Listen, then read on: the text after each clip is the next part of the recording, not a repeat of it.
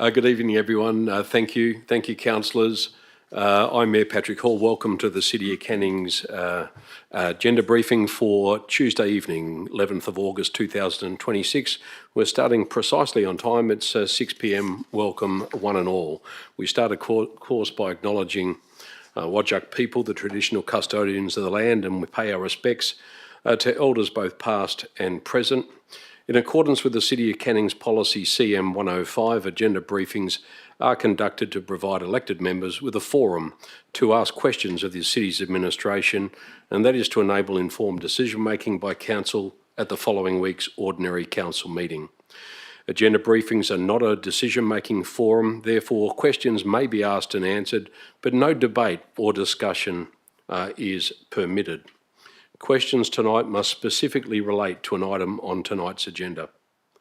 Elected members and employees must disclose any financial, proximity or partiality interest that they may have in an item on the agenda and declare the interest at the commencement of the briefing or at the very latest when the item is about to be discussed. Financial, proximity and impartiality interests are to be disclosed in accordance with the provisions of the Local Government Act. Elected members disclosing a financial or proximity interest must not participate in that part of a briefing relating to their interest and must leave the meeting for the duration of the item. Agenda briefings are open to the public. This briefing is being live streamed via the City's YouTube channel. And lastly, please ensure all mobile phones are turned off or at the very least on silent for the duration of this briefing. And for the benefit of clear audio, please speak directly into your microphones, councillors, when addressing the meeting. I just wanted to throw to my colleague, Councillor Paul Tuchek. Councillor Tuchek, can you explain to the meeting why we're all resplendent in purple? Seems to be a lot of Fremantle Dockers merch in the room. What's going on? Thank you, Mr Mayor. We are supporting the Food Bank WA this evening in conjunction with the City of Canning socials. We had a great donation this evening, and thank you to Candice for setting it all up. And we're wearing purple because the Food Bank logo is purple, but just in case Freo don't make it to the finals, I thought this is your chance to support them. Oh, fabulous. Thanks very much for your generous commitment to the cause. And just for those listening in at home, we are collecting at the City of Canning at our 3 libraries at Willerton, Riverton and at Cannington, and also here at the Civic Centre on George Street, corner of Albany Highway in Cannington, where people can come down until, somebody correct me if I'm wrong, the 18th of August. We are collecting donations for Food Bank, and we have collection bins in each one of those locations. So please support those who really need a bit of a helping hand in the community. Dry goods particularly, just make sure they're obviously still in code. Councillor McCorkle? Sorry, I didn't mean to throw to you, but still in code would be just perfect. Thanks, everyone. Thank you very much, Councillor Tuchek, for your work on this monthly initiative. It's very much appreciated. Item 2 on tonight's meeting is attendance. We have an apology this evening from Councillor Kunza. He is a formal apology. We have Councillor, Councillor Jacobs is not here. He did mention that he may not be able to make it this evening, but we haven't received confirmation in writing from him, so we shall put him down for an apology at this point. Approved leave of absence at item 2.2, there is none. Disclosures of interest. Chief Executive Officer Michael Littleton, please. Thank you, Mr Mayor. In relation to item 3.1, declarations of financial interest, I've received none for tonight's meeting. I have received 2 declarations of impartiality in relation to item 3.2. The first is from Councillor Kunza in relation to item OC 018 of 26. It is in relation to the Corinthian Park Tennis Club Padel proposal and loan request. The nature of Councillor Kunza's association is I have had numerous discussions with Corinthian Park Tennis Club representatives about this proposal and have been involved in meetings between the club and the city. Furthermore, I have had discussions with the commercial operator, Jay Usher of Future Padel. Following unsolicited contact from him, Mr Usher has been lobbying to construct and operate paddle courts at the Corinthian Park Tennis Club site. I declare that I will consider the information on its merits, including if and when the matter comes to Council. The second declaration is in relation to the same item from Mayor Patrick Hall. The item is OC 018 of 26. It is the Corinthian Park Tennis Club paddle proposal. The nature of Mayor Hall's association is I am a member of the Corinthian Park Tennis Club. Under provisions of the Act, I am not required to disclose an interest of this nature, but I do so on the basis of transparency. That's all the declarations. Thank you, CEO. At item 4, questions from the public. There are responses to previous questions taken on notice at item 4.1. There are no responses outstanding. Question times for the public at item 4.2. The time set aside for public questions is 15 minutes, which may be extended if deemed necessary. A question must relate to items listed on the agenda paper. For recording purposes, please state your name and address, the suburb, and then proceed to ask your question. If an answer cannot be provided at tonight's meeting, the question will be taken on notice and an answer will be provided at the next ordinary council meeting. In accordance with policy ADO2, members of the public who have registered their interest to ask questions will be called in the order that registrations were received, and written questions will precede verbal questions. I'm going to open public question time now at 6 minutes past 6 p.m. Governance, have we received any written questions? We have. Would you like to come forward? I've got a question there from Keith Atkinson. Hello, Mr. Atkinson, how are you going? Would you like to come forward? Just to the microphone there, we can turn it on automatically. It's now on.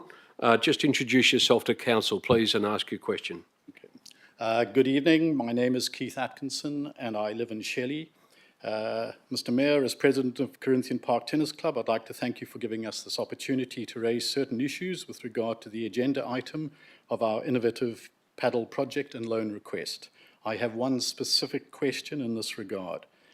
Mr. Mayor, the officer recommendation 2F says that the loan will only be granted once the city receives evidence of all statutory approvals. If the city is the regulator and the one who will be approving the statutory approvals, i.e. the development application and the building permit, who would be responsible for providing the evidence of such approvals to the office of the CEO? Would it be the tennis club or would it be the city planning department? Thank you. Thank you. CEO, did you want to answer that? Look, I think the short answer is it's probably a bit of both, Mr. Atkinson. But look, whilst we're happy to take a collaborative approach and we'll assist where we can, as we are, the club is ultimately responsible for the statutory processes and meeting the loan milestones. Thank you, CEO. The second question I have, Mr. Atkinson, did you have a second question? Thank you, Mr. Mayor. We've withdrawn the second question as we have the information that we require. You've got the information at hand. Okay, thank you. Are there any further questions from the floor on the item before we move on? Thank you, everyone. We'll close public question time now. The time is 8 minutes past 6 p.m. Thank you, Mr. Atkinson. Deputations at item 4.3. A deputation has been approved for Amanda Spencer-Teo in support of item OC 018 of 26. And that's the Corinthian Park Tennis Club paddle proposal and loan request. Amanda, would you like to step forward? You've got 10 minutes to make your deputation. Thank you very much. Thank you, Mr. Mayor. Good evening, Mayor, councillors, CEO, directors and staff. Most of you know that I've stood on both sides of this chamber before. The last time I stood here was in 2018, asking council to amend an officer recommendation on a community lease. Then for 5 years I sat where you sit, alongside colleagues and the city's administration, making decisions, not all easy, but fighting for meaningful change. I didn't expect to be here back so soon. Tonight I'm here as a member of the Corinthian Park Tennis Club and its Padel Development Subcommittee, and I'm also a City of Canning ratepayer. Before you is a recommendation for a loan, not a grant, to deliver 4 Padel courts, a first for Canning. Does the project pass a pub test? Yes. Can we afford it? Yep. Does it cost ratepayers anything? No. Now that's the bonus. Do administration support it? Well, it may look that way on the surface, but the devil's in the detail. Parts of this recommendation are concerning, and I hope you see it too. Point 4 delegates the most important decision, a decision that could make or break a 52-year-old successful club who's demonstrated its unwavering dedication to its members and this community and it delegates it to the City of Canning staff. You are the elected members, and you are the ones who represent this community. That's not a ceremonial title, it's a job that we've entrusted to you. And point 4 asks you to give that responsibility to those who have no skin in the game with no recourse. Please ask yourselves, why does a project that costs the ratepayers nothing need to be decided anywhere other than in this chamber, in the public and by you? Let me give you an account of our recent meeting with staff so you can weigh up what's not in your report and draw your own conclusions. Recently, we were told that 1, you, the decision makers, would have several options to choose from. I can only see one on this agenda. 2, the item would be confidential to protect our financials. We're a not-for-profit. We don't hide our financials. I'm pleased it's not confidential, but I ask you to consider why it almost was. The variations dictated to us would not be published in the report, and that staff would be the ones to decide said variations, not council. Again, I refer to item 4. When options disappear, dictated terms are unpublished, and decisions are made behind closed doors, whatever the intent, why should you abrogate your responsibility, and why should our rights to fair representation be denied? Since they're not in front of you, the variations that we were told would be $50,000 paid annually to the city.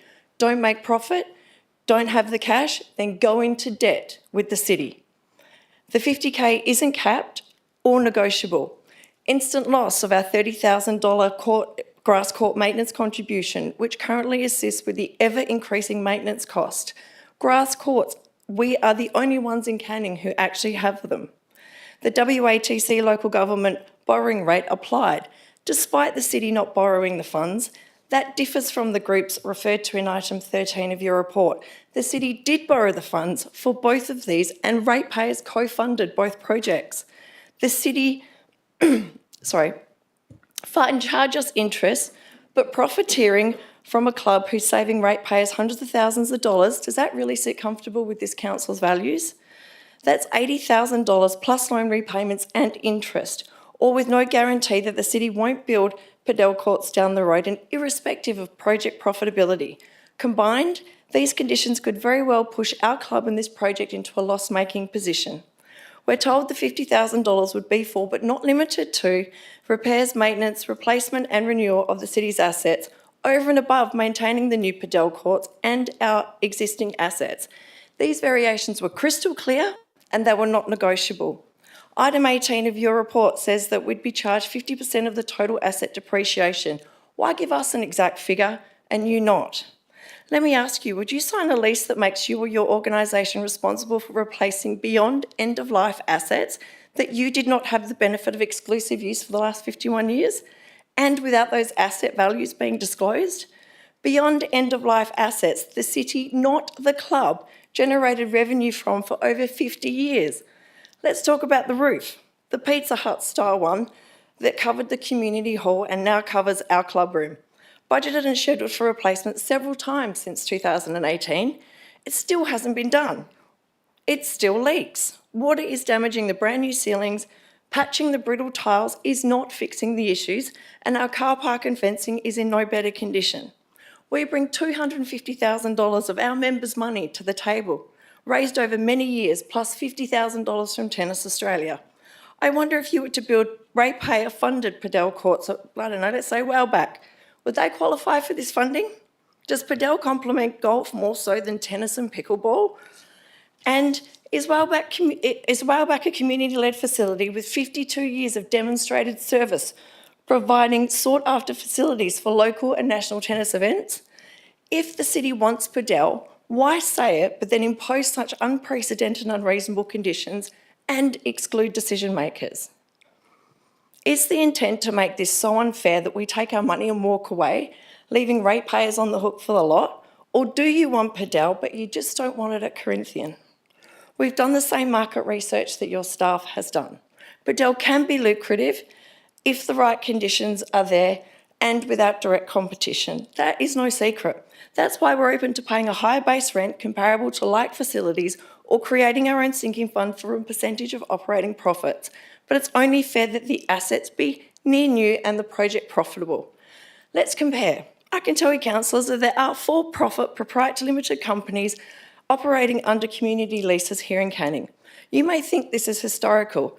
No, last year you endorsed a community lease where there's a for-profit business operating under a community lease, and ratepayers fund the car park and the fencing that they benefit from. I wonder if that was in your report. There's a multi-million-dollar turnover sporting group who records profits well above anything that we've anticipated. Their rent's around $35,000 a year. Given the size and profit, that's fair. But ratepayers still fund the car park renewals and the fencing. It's got a self-managed sinking fund. That's great. No problems there. But the building, when all of this was agreed to, was brand new and almost 100% funded by tax and ratepayers. Why impose a city-controlled sinking fund? Like all incorporated associations, we're bound by Constitution to reinvest our profits. We've done that for the last 52 years. Why would we stop now? You've got another lease on your agenda tonight, Canning Arts. Great to see. I remember it really well. Do you know how much profit they make? Do you know how much money they've got in the bank account? It doesn't matter, right? They're a not-for-profit who invest back into their members and users. Ratepayers only just paid for their car park renewal a couple of months ago.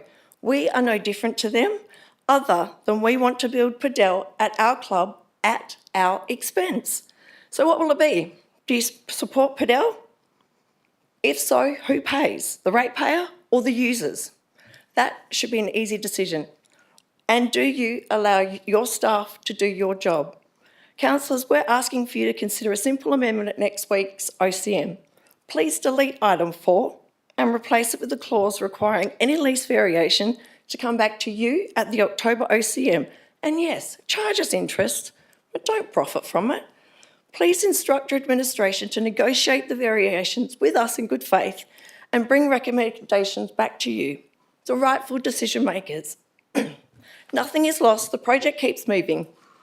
We know that the project will have in principle support. Our DA's done. It's just waiting for you to support the user-funded Padel. Ratepayers don't pay, so why wouldn't you?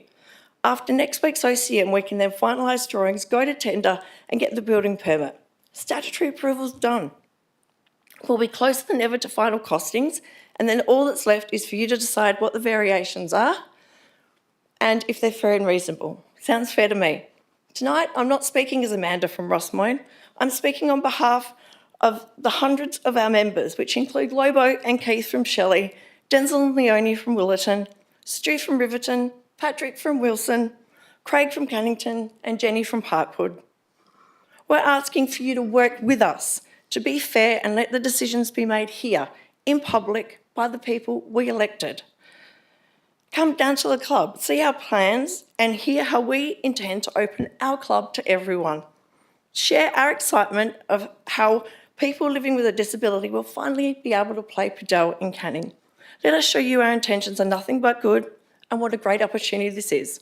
Finally, I'd like to take this opportunity to thank the city staff who worked with us to this point. We shouldn't be in competition. Before you is an opportunity to deliver Padel in Canning without using ratepayer funds. Let's do it. Let's do it together. Thank you for your time, councillors. You are the elected representatives of this community. Don't let anyone take that away from you. And please don't deny our rights to be represented by you. Thank you. Thanks very much, Amanda. Thank you for coming down this evening, and you finished exactly on 10 minutes. Never happened before. Well done. Look, thanks everyone. There are no more deputations. At item 5, items brought forward for the convenience of those in the public gallery. And since everybody seems to be here for the same item, I'm going to propose for our executive team that item will be brought forward. That is OC 01826, Corinthian Park Tennis Club Padel proposal and loan request. That item will lead tonight's agenda. At item 6, reports of committee meetings. There are none. So we're going to move to that first item, and that will be reports of Mr. Michael Littleton, the Chief Executive Officer, at item 7.1. The item will be the one proposed, which is OC 01826, Corinthian Park Tennis Club. Councillors, the proposal is on the screen right now and also appears in your agenda this evening. Are there any questions in relation to that item?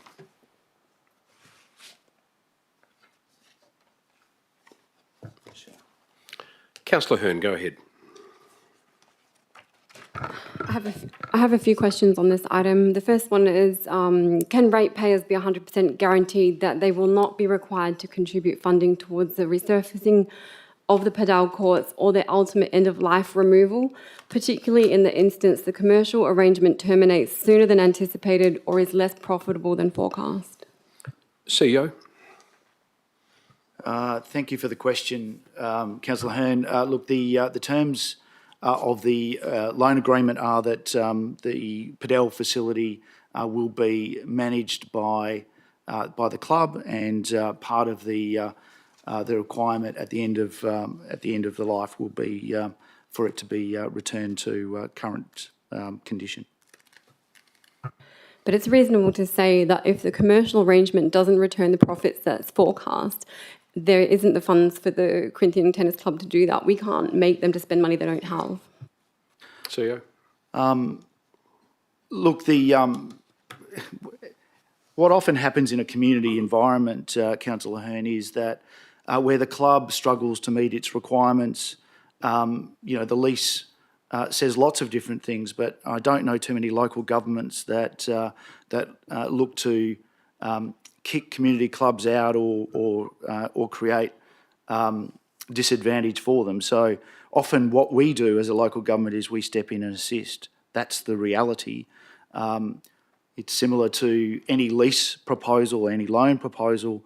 Part of the risk mitigation for the club is to ask the city for the money. We think that it's a proposal that will generate profit. In fact, we've demonstrated that. As you know, it's in the attachments. We think that it can be quite profitable, but the downside of that is there's a risk, and the city underpins that. The city is a pretty good landlord and tends to support its community groups. So I can't guarantee anything, but other than to say the business case that's been presented that we've checked through supports the proposal and supports that it's a positive revenue generator for the club. So we are seeking to mitigate the risks for the club, though, by loaning them the money, by assisting the development of proposal, and by working with them to get to this point. So ultimately, when you say the city underwrites this arrangement, you mean the ratepayers, and risk to ratepayers is unavoidable? There's a risk with everything that we do, Councillor. There's a risk to the proposal, to our support for other community organisations. There are many that we support. Willerton Basketball. There are so many, but the situation here is that we are seeking to mitigate risk. Nothing is risk-free. Councillor Hearn. So I was recently contacted by the Bentley Cricket Club, who advised they've been requested by the city to install a cool room at the Merv Mac Pavilion at the time of construction, which is coming, which is a cost they can't afford. Like this proposal, the sales from their cool room contribute fundamental financing to the cricket club and the football club at Wyong Park. They've requested a loan from the city to fund the installation, and we're told that was not possible. Is there some explanation as to how the city determines which local organisations may be eligible for a loan and which loan requests would be brought to council for consideration? CEO. Look, I'm not aware of an application from Bentley to fund cool rooms. What I can say is that the project team are looking at what our provisions are for facilities such as the Merv Mac. We have had the same request around Ferndale. No doubt we'll have the same request around Burrendar. So we will look at those. So I'm unaware, Councillor Hearn. I will follow up with the team after this about that specific request. There are differences in the proposals, however. This proposal from Corinthian, we would argue, is commercial. It is, whilst Corinthian is a members club, this facility is a commercial opportunity. So members, whilst we'll have some restricted use, the reality is that it will largely be there to generate revenue for the club, for the benefit of the members, but it's not there being provided for the members itself. So there is a different proposal here, which is largely a revenue-generating asset that will support the membership as opposed to for the members. Bentley is a different proposition. It is arguably, that they are not generating substantial revenues. Yes, they will generate some revenues from bar takings, but those are things that we are looking at a project level to see how we support Bentley Cricket Club and others in the same situation. Thank you, Councillor Hearn. Councillor Ross. Can I just please make a note that in the large confidential attachments, there's nothing past page 5 that you can actually read on the content regarding this item? That would probably need to be resent. Talking about online? On the hub? Yeah, thanks. Look, I'll check that. Linda, I'm not quite sure what's happened there. Thank you, Councillor Ross. Thank you for that. I just had a question, CEO, in relation to something that was just raised and answered by you in relation to the commerciality of the venture, and the conditioning by the city seems to be predicated on the fact that this is a commercial venture. Are we preempting what the club may or may not do? Because I've already declared that I'm a member, but the club obviously has not yet dealt with how they will deal with member benefit from the Padel. There might be a third class of membership that includes discounted use or use by members. By stating this as a commercial enterprise, I'm just wondering whether we are putting a definition on this that has not yet been even considered by the club. Look, I can only deal with the information that's been provided to us and is supported, so I just need to review the confidential attachment, but we have provided that to council in briefings. Mm-hmm. The way that we were advised that the members would be treated was they would be required to hire the courts under the same situations as any other participant that might come to Corinthian. I think off-peak there was an opportunity to maybe provide some discounted membership, but that was the information that the club provided. But I would acknowledge that the club, they don't know what they don't know at this stage, Mr. Mayor. So, if it is very successful, presumably they will need to. They might seek to expand the offering and do different things. I think we would encourage that.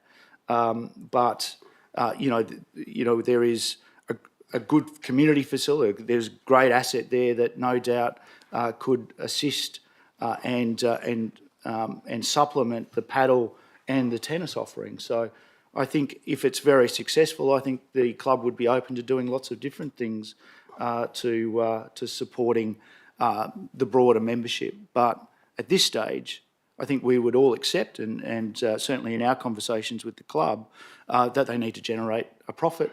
Also, they need to generate revenue because they need to pay down the capital costs of the courts and ultimately paying back the loans as has been identified. The club, CEO, thanks for that explanation. Just drilling down on that commerciality aspect a little further, if the club had decided to establish 4 new hard courts rather than 4 Padel courts, the hard courts of the club are used significantly by non-members, and they are for hire and derive an enormous amount or a significant amount of revenue for the club. Would that have been dealt with in this same manner? I mean, if they had chosen to actually establish more courts predominantly for hire tennis courts? Well, I think that we're looking at the underlying revenue generation of the facility. So remember, I appreciate that the club are looking to fund the loan through the operation of the facility, but that's the reality. It's a substantial capital cost, and the city, through a loan, is covering a fair degree of that upfront capital cost. But the revenue projections are clear, and it's the construct of the development and the way that it's being delivered and the way that it will generate revenue that is the commercial side of it. If those things were different, then we'd need to consider the proposal differently. But I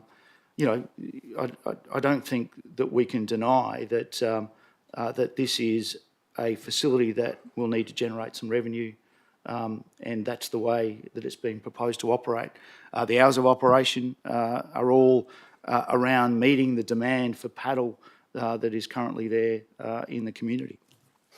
Thank you for your answer. And just on that, I was just going to ask you mentioned a bit before about the club not knowing what it doesn't know. Just on that, I recognise there are profit projections supplied, I think, by the club. But what if the club is? What if it doesn't meet those projections? What if this is not what is expected?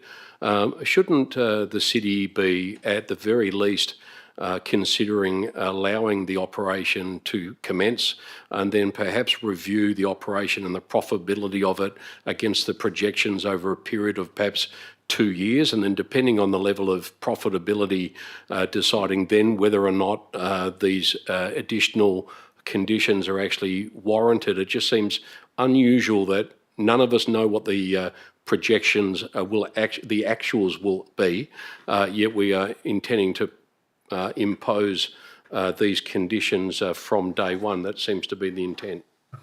We're not proposing them from day one. So we did have a conversation with representatives from Corinthian. They did express some concerns around the paying a 50% of depreciated of asset value into a sinking fund and losing the $30,000 ground subsidy. We, through this item, have changed that to start after a full 12 months of operation. So there would be no requirement to pay into a sinking fund back to the city, or the club wouldn't lose its ground subsidy for a full year of operation. The view would also be that if the revenue projections are substantially falling short, then we would, we're not here to drive the Corinthian club into deficit or into a deficit budget situation. So we would review that as it would be reasonable at the time. But I think we are looking to put provisions in place. It is we had sought to take a conservative approach to understand the revenue projections, and we had sought to take that feedback on board to try and ensure that we're very comfortable to see the facility generate or identify revenue, but and to proof up its revenue. That's now what the recommendation stipulates. So those figures are it does talk about not paying after no funds being required for a full 12 months. And just on that, paragraph 17 on page 38 talks about, on the top line there, noting the Padel proposal will generate a commercialised income for the club. And I might be taking that out of context, but the report is predicated on the proposal, submitted by the club and the projections thereon. But it seems to be, predicated on the fact that this will be a commercial revenue driving enterprise that will make a substantial profit, and that's why we're deciding to act in the manner that we are. But I'm just at a loss to understand why we would be taking this route when we don't know what that would be. But my question would be, we only negotiated this lease for the tennis club, the new lease, I think about 9 or 10 months ago. Is that right? November last year. Did we know that the club was talking about Padel at that point?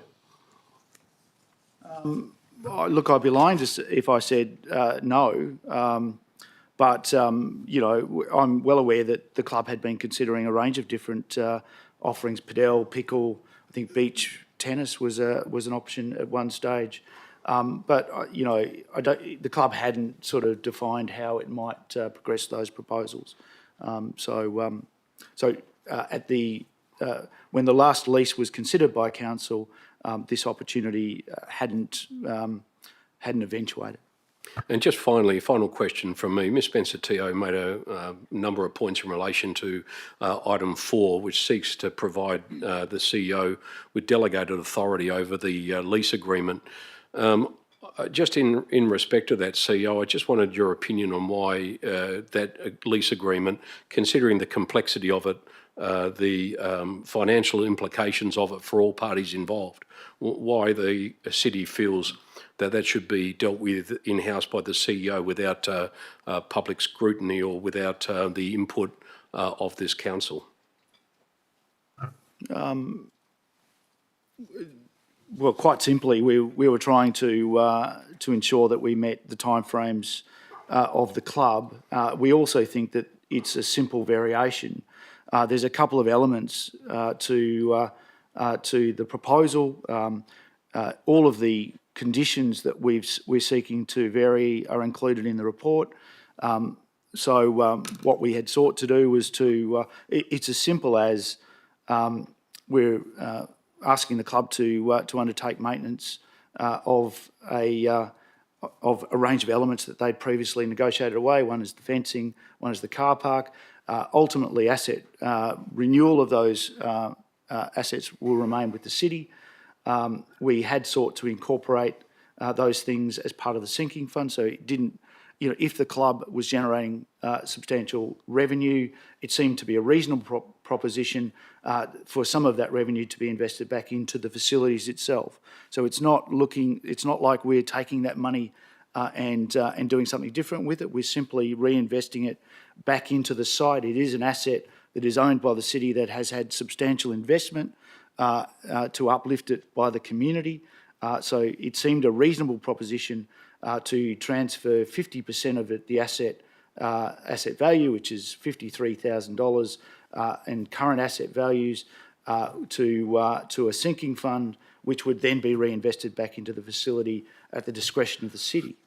The grounds maintenance, again, if the club was generating substantial profit, and let's be clear, that was the revenue projections provided and substantiated, that it seemed a reasonable proposition that $30,000 that we currently invest in ground subsidy would actually be diverted to other community facilities that need it. They're the context of the changes. They aren't hidden. They're actually in the report. When I had a conversation with the proponents last week, I did suggest that the matter was going to be confidential. We removed the confidentiality, and we also included the elements that we would be negotiating. It is as simple as that, Council, and that was our intention to continue to A, support the club, but B, move forward and do the things we needed to do to get the loan in place, get the DA in place, and to get the lease in place. I understand all of that, and thank you for that. But just for the sake of the record, the matter is not being dealt with confidentially because council actually requested at a briefing for the city to consider not having it dealt with in that way. So I just wanted to clarify that point. And thank you for considering that request. I did have another question. I apologise for that because I said that I didn't. Ms Spencer-Teo mentioned a number of options that had been discussed that during earlier talks, the city, I'm not sure if it's you, CEO, had said that council will be provided with a number of options. That is not what we have in front of us tonight. There seems to be one. But just on that, and also for the sake of the record, I've intentionally kept myself at arm's length from this whole conversation. I haven't been in touch with the club, and I've done that intentionally. I haven't had dealings or private or confidential discussions about this matter with anybody at the club because I didn't think that was appropriate, and that's why I'm asking you tonight. What were the assurances given to the club? Was there mention of a number of different options, and if so, why have they not been presented tonight? I'm not quite sure what I'm not quite sure what assurances were given to the club. I haven't provided any assurances. What I did say to the club was we considered and presented to council a number of options to them to consider. Some of them were to not loan the money. Obviously, one is to loan the money. One is to loan the money with a range of amendments to the lease. Those were things that we contemplated in our briefing. Those are the conversations that we had with council as we sought to understand whether or how we would proceed. Just to be clear, I had made it confidential. I had done that for a specific purpose. I was asked to consider it, and on consideration, we believe that we should bring the matter forward. We've done that. We have been open and upfront in our conversations both with council and with the club. We recommended, or we believed when we presented to council that this was a proposal worth supporting, and that's the recommendation that we've given to council tonight. Thanks, CEO. And just finally again, and I'll come to Councillor Ross, then to Councillor Page, and then to Councillor Secon. Thank you for your patience. Just finally, and only because Ms Spencer-Teo mentioned proposed Padel courts at Whaleback Golf Course, I don't think that's... Ms Spencer-Teo mentioned that. I wanted to ask that. It's something that sits awkwardly with me in the context of this. We're asking, the club has asked us, and we're contemplating providing an enormous loan facility to them, which will place the club under some financial pressure if the proposed projections for profit don't stack up. Is the city comfortable with the recent discussions regarding establishing its own competing Padel facility at Whaleback Golf Course just up the road? And how will that impact council's deliberation on this matter? We've been really clear and upfront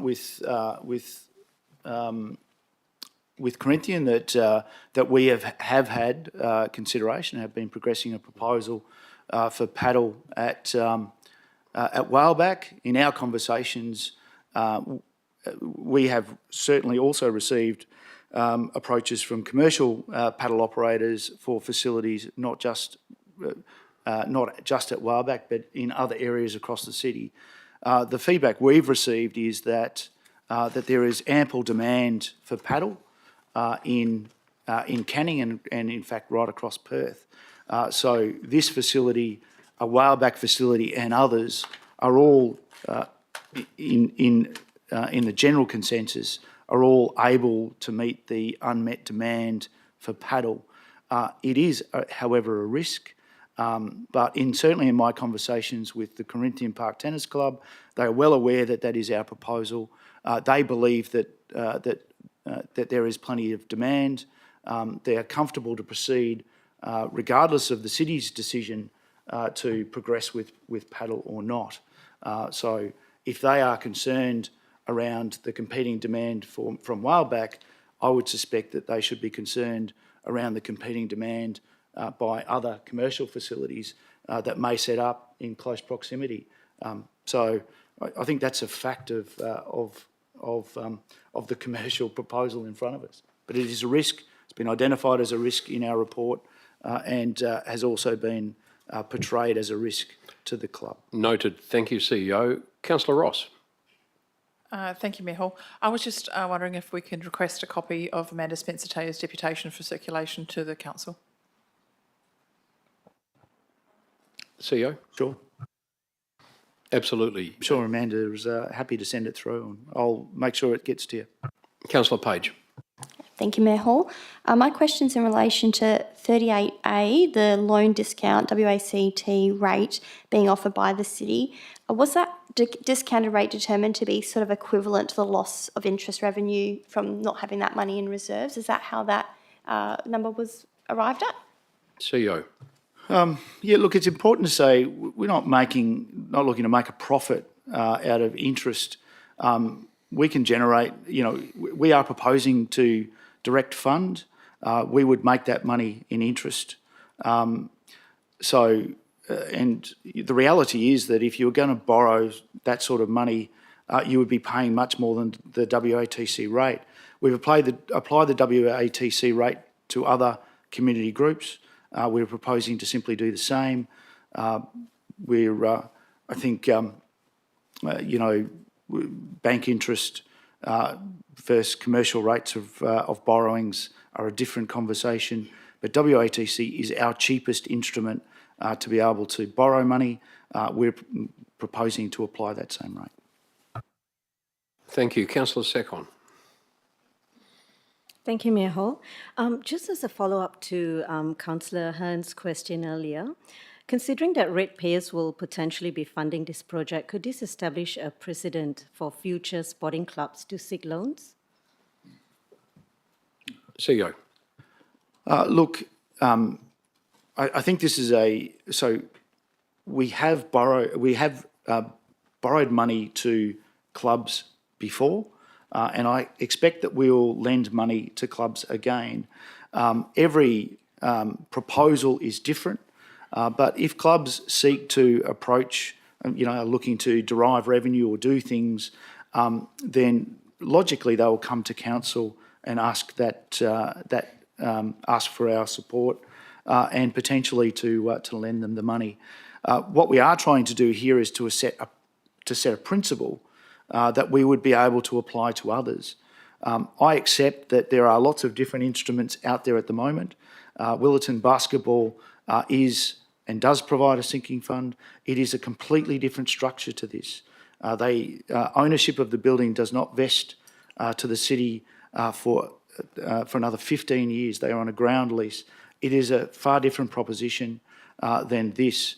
The reality is there are so many different proposals that we have to take a different approach to many, but we are trying to apply the basic principles, the similar principles to our consideration.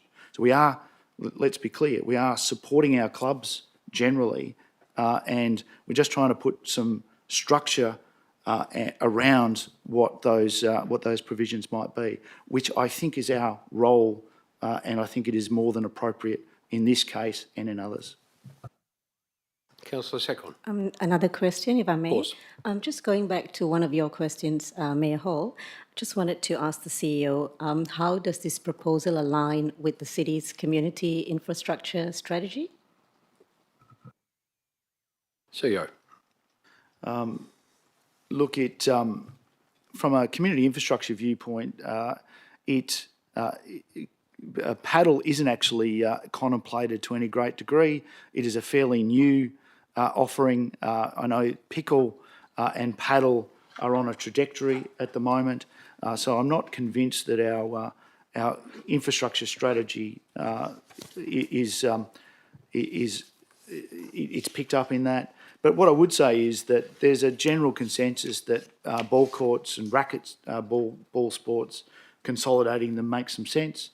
I think that, if Padel and tennis, if tennis continues to see a resurgence as a function of Padel, I think that's a good thing. So we think that there's an alignment, but we're also aware that the vast majority of Padel facilities are being owned and operated by commercial players, not by clubs. So that is the difference here. Thank you, councillors. Any further questions? Councillor McCorkle, and then I'll come to the centre half-back for the Fremantle Dockers. It is Mark Bain, our Deputy Mayor. Councillor McCorkle. Thank you, Mayor Hall.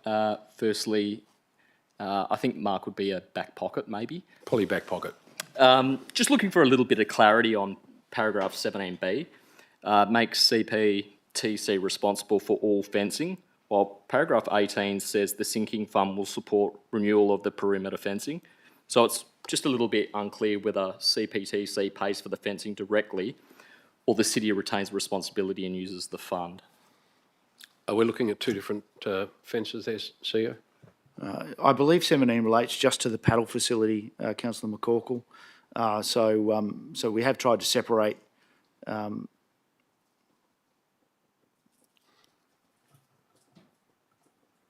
I beg your pardon. 17B relates to the maintenance of all fencing on site, being both the perimeter and internal fencing. So what that means is that maintenance, wear and tear generally of the perimeter fencing will be the club. But obviously, when it comes to replacement, the sinking fund, and let's be clear, and council's contributions will fund the asset renewal. So. Those are the sorts of things that we're proposing to include. Thank you. Councillor, Deputy Mayor Bain. Yes, thank you, Mr Mayor. A couple of questions just in reference Yes, go ahead. to point 4 of the officer's recommendation. Is the city anticipating that the lease agreement will be varied before or after the paddle courts are opened? CEO? I think our intent is to vary the lease agreement. Look,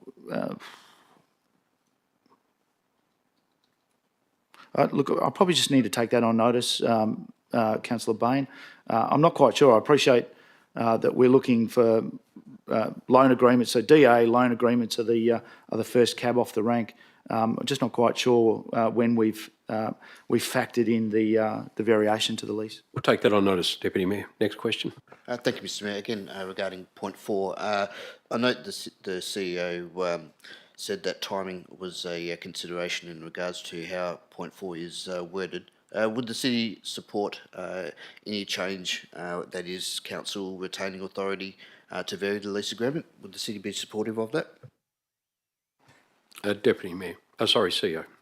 Doesn't matter whether we support it or not. Councillor Bain, that's ultimately a decision for council to make. I'm happy to provide some advice. Thank you. Any further questions?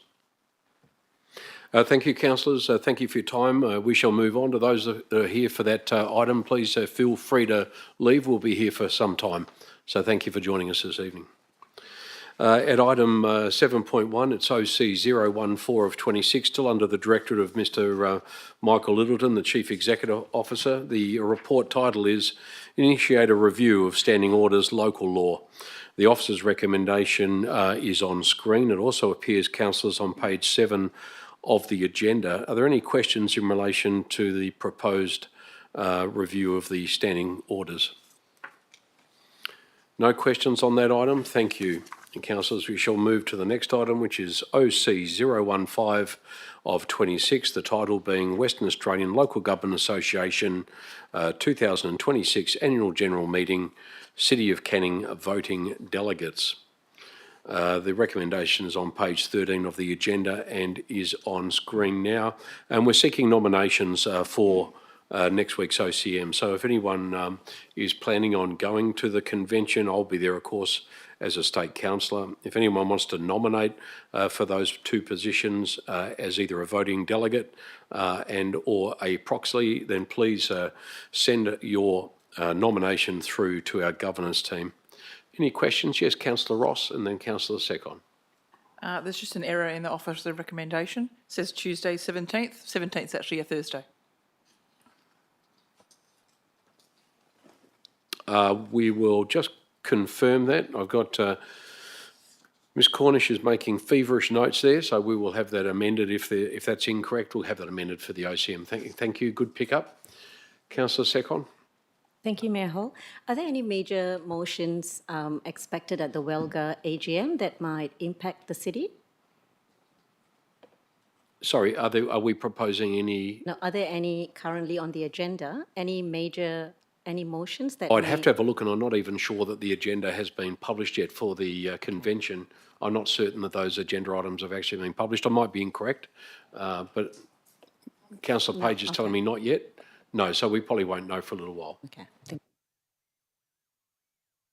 Any other questions, councillors, before we move on? Thank you. Just send your nominations through to governance in the next week. That would be appreciated. It's Thursday the 17th, not Tuesday. It's Thursday the 17th, apparently, not Tuesday the 17th. So we'll have that fixed. Thank you, Councillor Ross. Thank you. The next item is OC 016 of 26. It's a new lease to the Canning Arts Group Incorporated, 72 Riley Road in Riverton. The officer's report, which is in 3 parts, is on screen. It also appears on page 20 of tonight's agenda. Any questions on the Canning Arts Group lease? Deputy Mayor. Yes, thank you, Mr Mayor. Just regarding the report, in paragraph 4, it states that the lease has not been renewed because the future use of this land was unknown. And then again, in paragraph 14, it's noted that the land has future development potential. Given those comments from the officer, is the city in a position to be able to give some assurance to CAG that the Canning Arts Centre will remain in place and so too their lease for the next 5 years? CEO, we probably can't give that assurance at the moment, can we? CEO. What I would say is that there is currently no proposal to move them. They have a 5-year lease, and you would appreciate that unless we had another facility for them to go to, we're not proposing to move them from this facility. Thank you. Any other questions on that item? Thank you. Councillor Hearn, yes. So just following on from this evening's deputation, I have no understanding of this group's annual income or operations. I note they are not on the lowest community lease rates. Is there any possibility of getting some comment on their capacity to pay compared to what we are discussing with the Corinthian Tennis Park? CEO. So these guys are on a community lease. I think the value's $1,700 a year. That is the money. $1,341 a year. So they're a tier 3. They are a community group. They are a membership-based club, and I think they might sell some products through through various fates, etc. They have had no issues paying that annual fee to date. I think they were on a $1 peppercorn lease up until fairly recently, weren't they? And then we've transitioned them onto the community lease, and I think that says that in the report, doesn't it? Irrespective of that, Councillor Hearn, you satisfied with that response? I was just basically asking, do they generate any significant income from the operations, or are they just basically another community group with low income? The latter. Thank you. Any other questions on that item? Thanks, councillors. We shall move on then to the next item, which is OC 017 of 26. It's the Castledare Development Deed of Gift, proposed lot 9002, Castledare Place in Wilson. The officer's recommendation is on screen. It also appears on page 27. Any questions in relation to the deed of gift? Yes, Councillor Secon. Thank you, Mayor Hall. What's the total long-term cost of accepting the Castledare car park asset, including maintenance and renewal obligations? I think that's all in the report, isn't it? I think we actually have a proposed annual cost. I think it was $3,000 to $5,000 for annual maintenance. I think they're handing it over as a built product. I've read the report, and I'm fairly certain that those figures are in the report, Councillor Secon. I'll just check. Paragraph 19 of the report, Councillor. I think most of those figures that you're after are contained in there, and it's not an awful lot of money considering the size of the piece of land. But if you have a question to ask in relation to that, happy to entertain it. Any other questions in relation to the report? Deputy Mayor, yes. Thank you. I'll come back to you, Councillor Secon. Yeah, a few questions, if I may. I believe last week the city and the CEO had a meeting with the WAPC regarding the foreshore reserve. Is the city able to provide us with some sort of summary of that meeting and a written update as well before the OCM? Is that for public disclosure at the moment, CEO, or are we still working through a few issues? Yeah, I think we're probably unable to provide any formal confirmation until such time as we receive a response after our meeting from the WAPC. So as soon as those things are clarified, we'll then follow up with council. What I can say is that we had some positive negotiations with WAPC around rectification and transfer. So once we clarify and finalise, we'll certainly let you know formally. Thank you. Thank you, Mr. Mayor. It sounds positive. The current spillover car park above the containment cell, will the city be managing this? So this is adjacent, it's also a spillover car park to the area that's under consideration for purchase or gifting. So will the city be managing this overflow area in the future, and what are its plans for that parcel of land? CEO. That is a parcel of land that's currently in negotiations with West Australian Planning Commission, so that's not part of this this report. It will be subject to our it is subject to our negotiations with WAPC and was part of our conversation last week. Thank you, Mr. Speaker. Just one more. Has the city received any DAs or building permits for any of the proposed 44 residential lots? Director Bride. Through Mr Mayor, no, we haven't yet. I think the titles are a little bit away, so no application has been lodged at this stage. My understanding is that the first stage sold out very quickly. Is that word on the street? Very, very popular estate. I think some of the prices were quite extraordinary in terms of surrounding land values. Deputy Mayor, any further questions? Councillor Secon, you happy with? Okay. Any further questions on that item, councillors?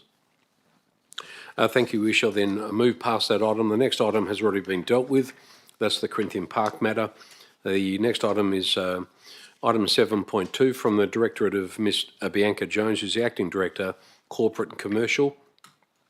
It's CC 011 of 26. It's the monthly financial report for back in June 2026. The recommendation appears on page 44.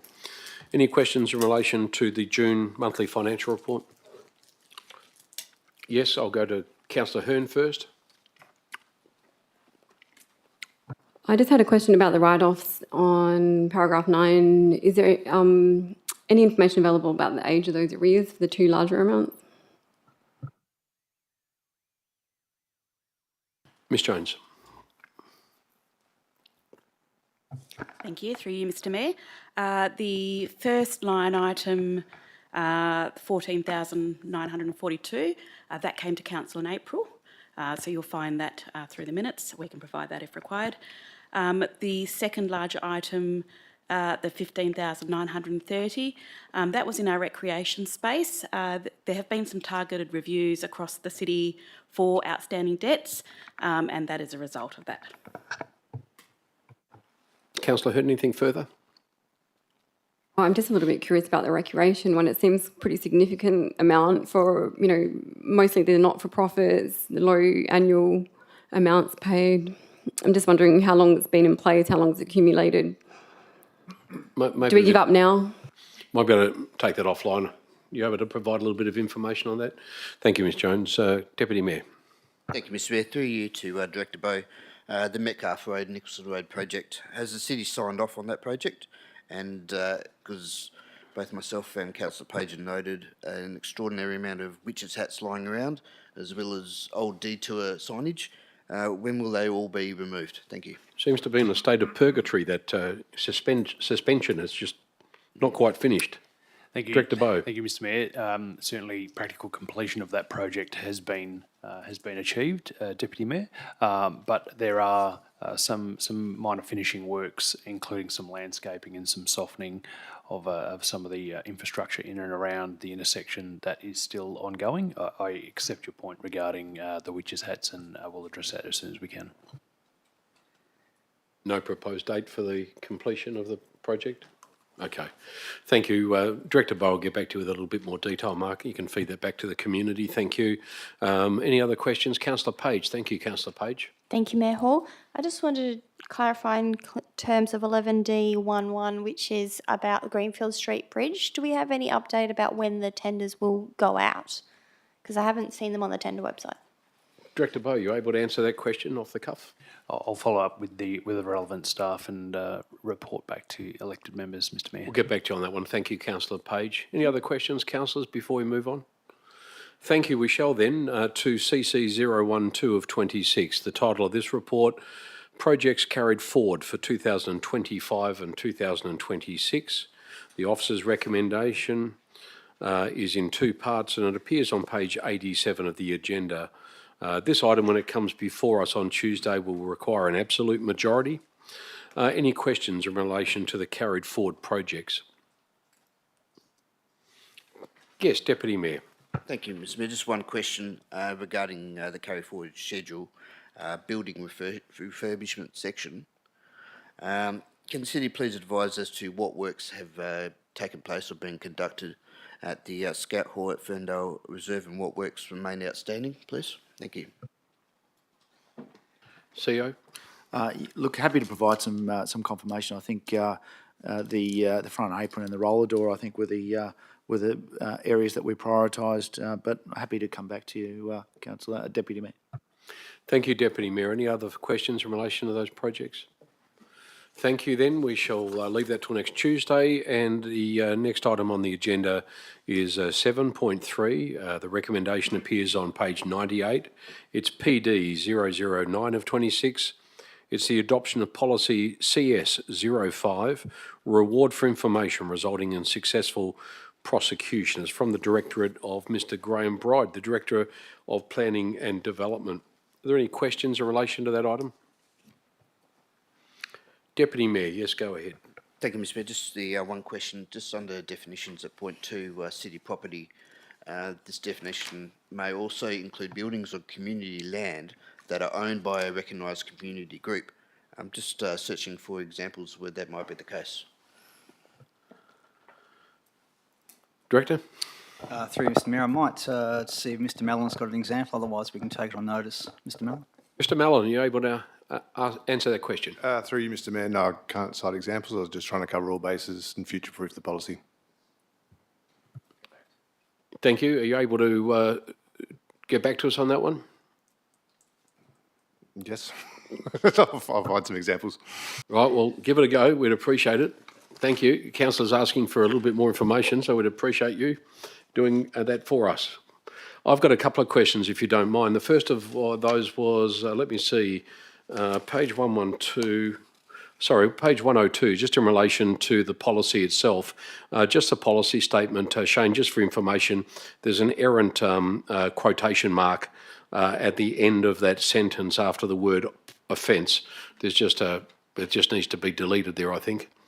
Just raising it. Yeah, through you, Mr. Mayor, that's actually the incorrect version of the policy. The correct version was circulated by Director Bride earlier today. Oh, okay. And also probably will answer some of your further questions. Item 6 was also incorrect. I've been in back-to-back meetings and I just haven't seen that corrected version, so I apologise for that.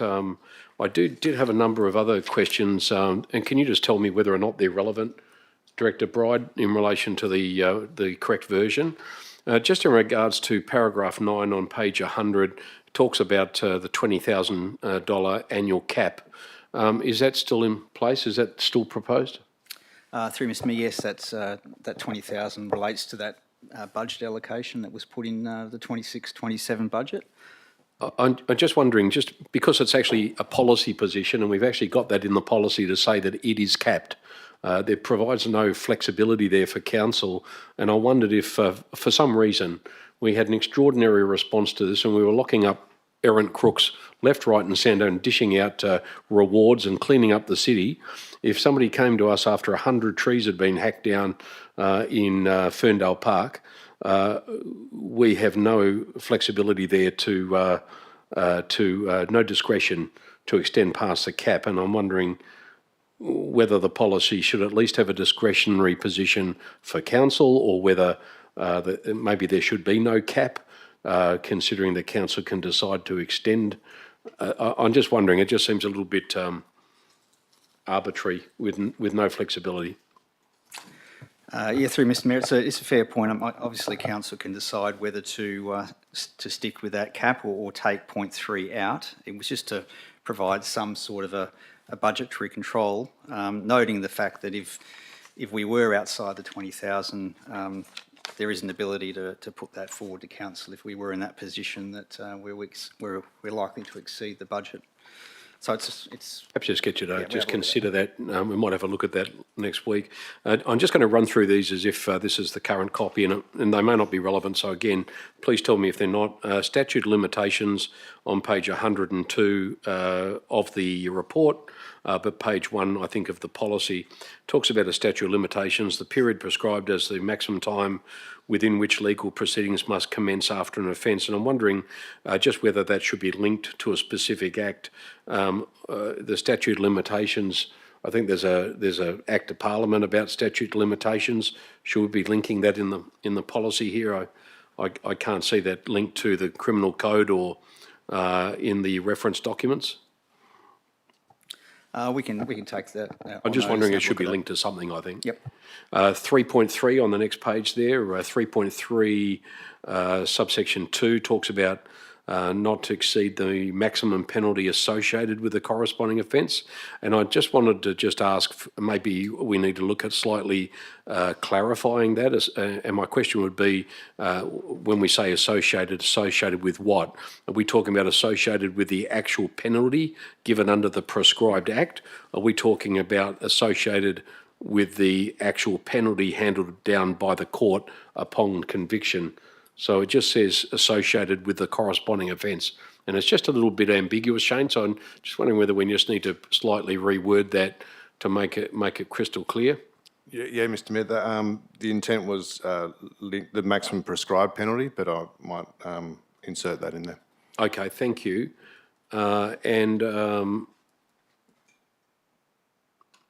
Limitations, subsection 5.1, subsection 4, talks about the relevant statute of limitations for the offence. And I just had relevant to what? The relevant statute of limitations. So again, that probably goes back to statute limitations in the definitions on the first page. And the only other thing, Shane, I wanted to raise was just as far as clarity goes, under limitations again, so 5.2, subsection 1, just my reading of it, just grammatically it says, the rewards will not be paid to city employees, comma, elected members, comma, or members of the Western Australian Police Force and their families.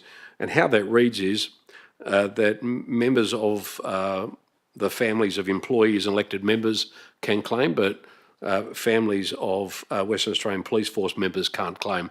I just think it's a grammar thing there. I think it maybe just needs to be fixed. It just needs to say rewards will not be paid to the immediate families of city employees, elected members, or members of the Western Australian Police Force. I think it just needs to be flicked around because grammatically that's not right. Yeah, noted, Mr. Mayor. I think that might be a result of, as part of the SIB, there was some feedback to elevate the employees and elected members, or it might have been from governance, sorry. Hence 1.2 was inserted, but the result is probably that there's some grammatical inconsistencies in 5.2, which I'll amend. Okay, all right. Thank you. That's the only feedback I had, and thanks very much for that. The policy looks, the version that I have anyway, looks pretty good. So if we've improved past then, I think we're doing okay. Any other questions? Yes, Councillor Ross. Just a question, thank you, Mayor Hall. For correct policy details 3.3.1, amount of the reward should take into consideration the level of damage, monetary value of damage that has been caused to city property trees. Is that city-owned property trees, or is that property and trees within the city? Is this open to public-owned buildings or freehold buildings that get graffitied as well, or just property owned by the city? Just some clarification. Director Bride. Through Mr. Mayor, the intention of the policy is to apply to city assets and property, so that's the extent of the policy at this stage. Couldn't that be opened to privately owned property? I would hate to have one building next to another one and one gets you a fine, so you can just tag next door. Director Bride. Yeah, thank you, Mr. Mayor. I mean, obviously, this is the predominant purpose of this policy is about ensuring that city assets and its trees in particular and other items are, those are the assets that are being protected. If we opened it up to private, even if we added adjoining private property, adjoining public land, where do you sort of stop? And obviously, private landowners have got their own recourse in relation to this. CEO. Yeah, look, I was just going to mention our capacity to be able to take action on private land is limited. But if there was, obviously, if there was evidence provided that would support a prosecution, and the landowner was of a mind to do that, then they would be open to take that action. I think it would be difficult for us to apply council policy to private land. I don't think we do that anywhere else and I probably wouldn't recommend it here. I know what you're saying, Councillor Ross. There's a bit of a crossover though with it. I know exactly what you're getting at, but we're not Crime Stoppers, so we need to be a little bit careful that we're not cutting across. Yes, your question. I was just more meaning also if the bus stop is owned by Transperth or another entity, that's not city property as well. So just maybe broadening that to be assets of council or state government even within that world where you can act. The CEO under the policy will have a discretion to assess applications for reward, and I think we probably will leave him to unravel this complicated piece of policy. And I get your point. Some of these things we manage for other people, but we just need to be careful that we try to stay in our lane, despite the fact that I would say that at times here, given the nature of this policy, we are going to cross over some way. So I take your point entirely, but the CEO does have a discretion under the Act to weigh up the validity of these applications and assess them on their merit. So you're happy with it? Thank you. Anything further, Councillor? Councillor McCorkle, yes. Sorry, just a quick one. The proposed reward appears a little bit inconsistent. So with the previous council resolution in February, we requested a reward of up to 10,000, but the policy details on the following page state that the rewards are capped at 5,000 per reward. I think there was some discussion about that. I think the original proposal was 10,000. I think there was a bit of a consensus that maybe 5,000 was probably about right. And of course, it wouldn't matter either way. I thought at the time that up to 10,000 means that anything below that, and that would be okay. But for a lot of these offences, Councillor, even with malicious damage, for instance, even though we would have a reward for up to 5,000, the reality is, apart from restitution that may or may not be ordered by the court, and even if it was ordered, the offender may or may not have the capacity to pay it, the fines would be very small. So, whatever we decided to reward someone with, it's basically providing an incentive to people to step forward with that information. Yeah, I take your point. But I think that's what happened, CEO, wasn't it? We did have that conversation. All good, thanks. Thank you. Any other questions? None. Thank you, councillors. Thank you for that. Thank you, CEO and Director Bride and Mr. Mallon. Thank you very much. From the Director, Mr. Warren Brough, at 7.4, there are no reports. Similarly, at 7.5, Mr. Gary Fisher, no reports. Has been a notice of motion submitted by Councillor Bain, Deputy Mayor Bain, regarding cycling and walking in Canning, wayfinding and signage. That will be dealt with and published in, thank you, Deputy Mayor, published in the OCM next week. Urgent business, there is none. Confidential matters at item 10, similarly, there are none. And closure, there being no further business, I now declare the agenda briefing closed, the time being 7:17 p.m, and I thank everyone for attending and wish you a safe journey home. Thanks, everyone.